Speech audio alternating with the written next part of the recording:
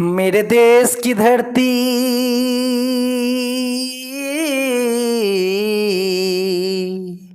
मेरे देश की धरती सोना उगले उगले हीरे मोती।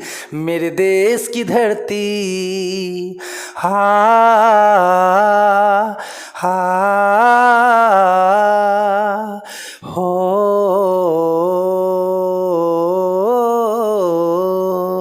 जय हिंद दोस्तों, कैसे हैं सब लोग?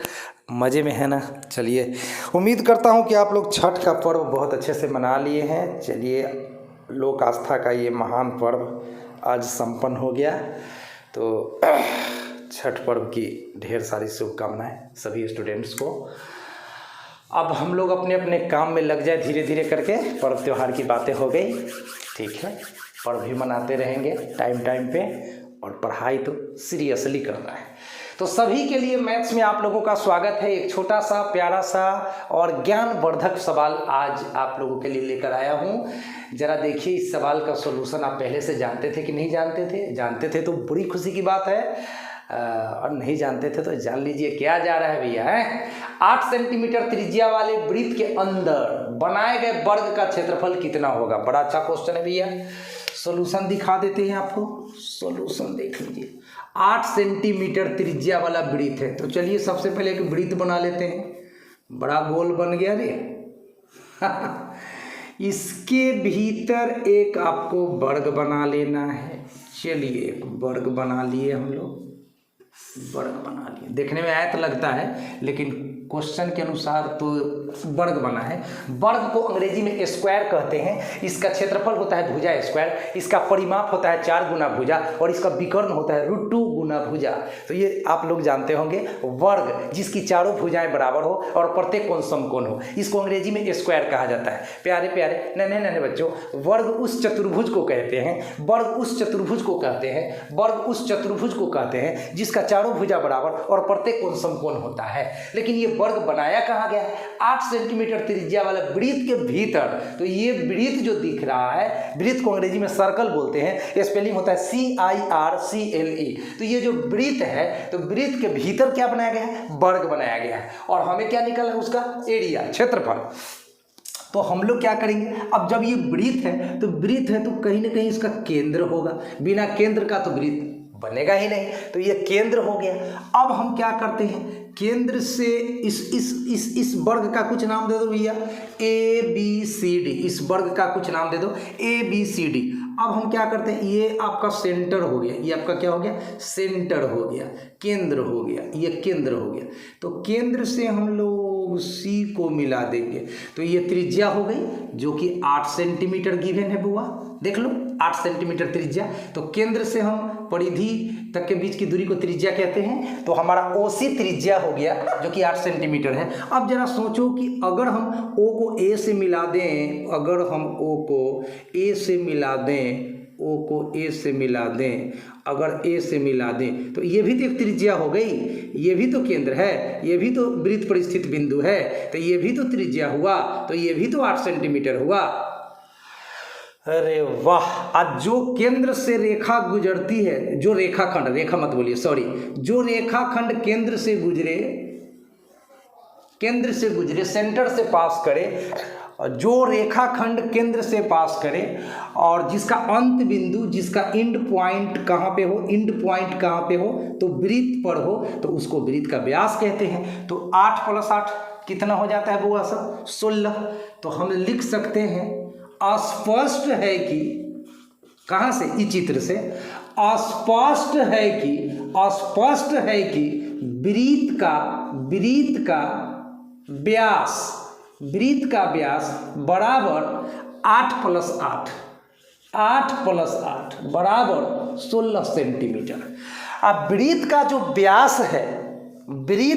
व्यास है वही इस वर्ग के लिए क्या है? विकर्ण। वर्ग का विकर्ण। ABCD क्या है? एक वर्ग है, और वर्ग के लिए ये विकर्ण है और वृत्त के लिए ये व्यास है। तो चूंकि वर्ग का जो विकर्ण है, वर्ग का लिखा, इतना गुस्सा चढ़ता है, वर्ग का जो विकर्ण है आप पर नहीं गुस्सा आते हैं, देखिए आप मत घबराइए, हम अपने आप पर गुस्सा आ जाते हैं। वर्ग का जो विकर्ण है बउआ, वर्ग का जो विकर्ण है बउआ, वो आपका कथी है, वृत्त का व्यास। तनी ध्यान से देखो, एक के चीज बाद दू चीज को बोध करा रहा है इस क्वेश्चन में।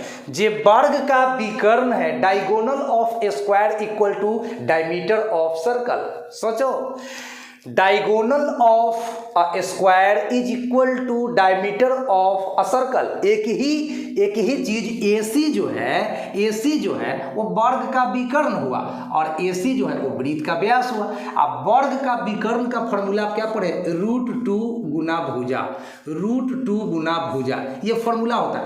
वर्ग का विकर्ण का फॉर्मूला होता है √2 गुना भुजा। अब वृत्त का व्यास, वृत्त का व्यास कितना आ गया, 16 डाल दीजिए। अब भुजा, अब आ गया भुजा, तो भुजा भुजा भुजा भुजा x सेंटीमीटर मान लो ना, x सेंटीमीटर मान लो ना, x सेंटीमीटर मान लो ना, x सेंटीमीटर मान लो ना। वर्ग का चारों भुजा बराबर होता है कि नहीं होता है। चलिए तो √2 गुना भुजा कितना माने बउआ, भुजा कितना माने x डाल दो ना, बराबर 16। आई √2 गुना में है तो उधर कहाँ जाएगा, भागा में जाएगा ना, तो 16/√2।